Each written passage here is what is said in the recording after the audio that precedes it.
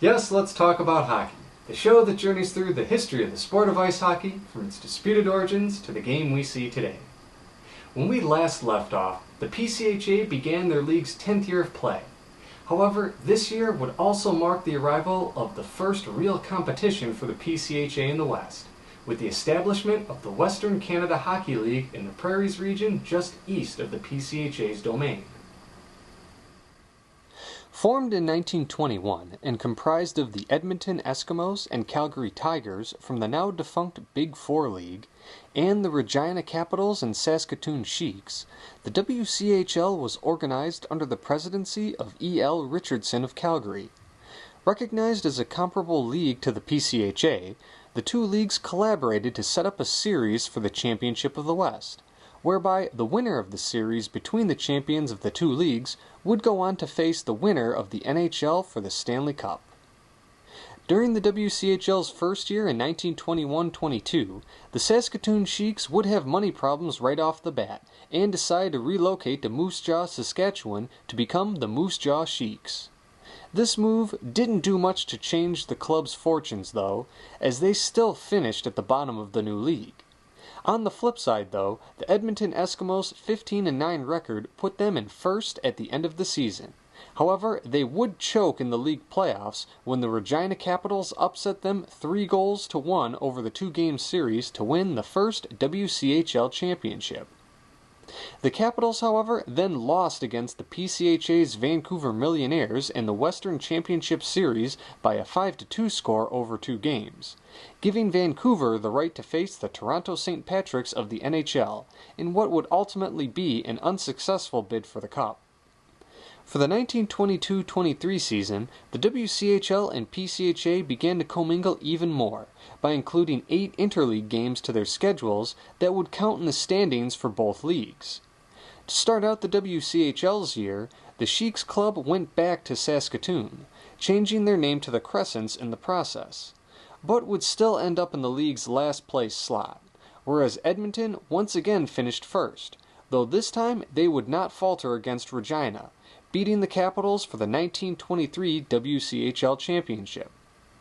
Over on the PCHA's end, the 7th position of the Rover was finally dropped, 11 years after the NHA did the same, and the Victoria Aristocrats' 16-4 record ended the streak of Vancouver-Seattle playoff matches for the league title. Though the newly named Vancouver Maroons had a new playoff opponent this year, they would still manage to extend their hold on the PCHA crown to a third consecutive year with a 5-3 series win. However, the playoff format of the previous year, where the PCHA champion met the WCHL champion prior to playing the NHL champion, was abandoned. Therefore, for this year, the NHL and PCHA champions met first, with the winner moving on to play the WCHL champions in the Cup Finals. This would be as far as Vancouver would go, as they dropped the best-of-5 series against the NHL's Ottawa Senators 3-1, leaving Edmonton as the only remaining challenger to Ottawa for the Cup. In Game 1 of the best-of-3 series, Edmonton was leading 1-0 on a goal by Crutchy Morrison, before Lionel Hitchman scored for Ottawa in the third period to tie the game. Duke Keats of Edmonton was awarded a penalty shot during the game, but failed to score. Then, after 2 minutes of overtime, Ottawa's Cy Denneny scored to win the game for the Senators. For Game 2, it was just as close, with Ottawa's Harry Broadbent scoring what would be the only goal of the game in the first period, keeping the Stanley Cup under Eastern control for yet another year.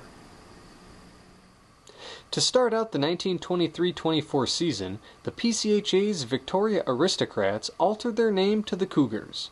But despite the new name, it was still the same old club from Victoria and finished at the bottom of the league, leading once again to a Vancouver-Seattle showdown for the PCHA title, where for the 4th straight year, Vancouver came out on top, this time by a 4-3 total goal score over 2 games.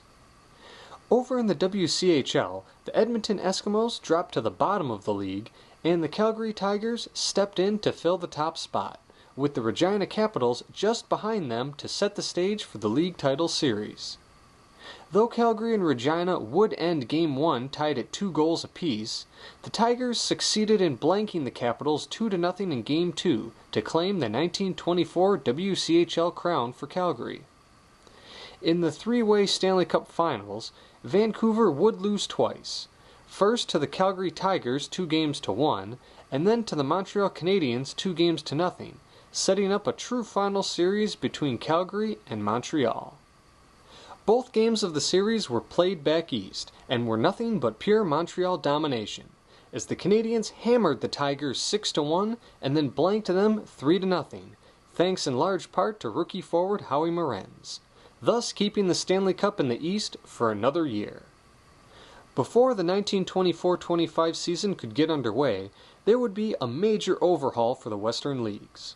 Citing dropping attendance numbers, the Seattle Metropolitans owners decided not to renew the team's lease, and the club was disbanded, which led to the PCHA folding since it could not function with only 2 teams, and the remaining clubs from Vancouver and Victoria joining the WCHL. Now a 6-team league, the WCHL held sole dominance in the West. When the 1924-25 season got underway, the Calgary Tigers picked up from where they left off the previous year, going 17-11-0 and finishing the year in first place. However, since the league had absorbed the 2 clubs from the former PCHA, it altered its playoff format to include a semifinal round between the second-ranked Saskatoon Crescents and the third-ranked Victoria Cougars, with the winner moving on to the finals to play top-ranked Calgary. Against Saskatoon, Victoria would win Game 1 3-1, before tying Game 2 3-3, giving them the series win by a total goal score of 6-4. Then, in the league finals against Calgary, Victoria instead tied the first game 1-1, before shutting out the Tigers 2-0 in Game 2 to win the series and WCHL crown by a total score of 3-1. And also move on to play the defending champs from Montreal for hockey's ultimate prize. In this best-of-5 series for the Cup, Victoria forwards Jack Walker and Frank Fredrickson would produce nearly half of their team's goals, while goaltender Harry Holmes allowed a mere average of 2 goals per game to earn the Cougars 5-2 and 3-1 wins in Games 1 and 2, as well as a 6-1 win in Game 4, to down the defending champs 3-1 and return the Cup to the West. Prior to the 1925-26 season, the Regina Capitals relocated to Portland, Oregon, and rekindled the old name of the Portland Rosebuds, which had been out of use since 1918. Along with the move into the U.S. came a name change for the league, as the WCHL dropped the C, which stood for Canada, from its name and began play as the Western Hockey League, or WHL. For the third time in the league's 5-year history, the Edmonton Eskimos finished in the top spot, where, like Calgary the year before, they awaited the winner of a semifinals series between number 2 Saskatoon and number 3 Victoria. Once again, Victoria defeated Saskatoon in the semis and advanced to play for the league title. And, as in the previous year, they overcame the top-seeded team to win their second consecutive WHL crown. Now looking to repeat as Stanley Cup champions as well, the Cougars headed east to meet the other team from Montreal, the Maroons. However, their hopes of repeating were derailed by Maroons' hot rookie Nels Stewart, who scored 6 of his team's 10 goals, and goaltender Clint Benedict, a former member of 3 Cup-winning teams from Ottawa, who posted 3 shutouts in 4 games against Victoria. This loss by Victoria to the Maroons would also end up being the last time that a non-NHL team would challenge for the Cup. With the NHL rapidly expanding into the United States, salaries were on the rise and the WHL was finding it difficult to keep its star players. With financial problems too great to overcome, the league folded following the 1925-26 season, leaving the NHL as the only top-level professional league in North America.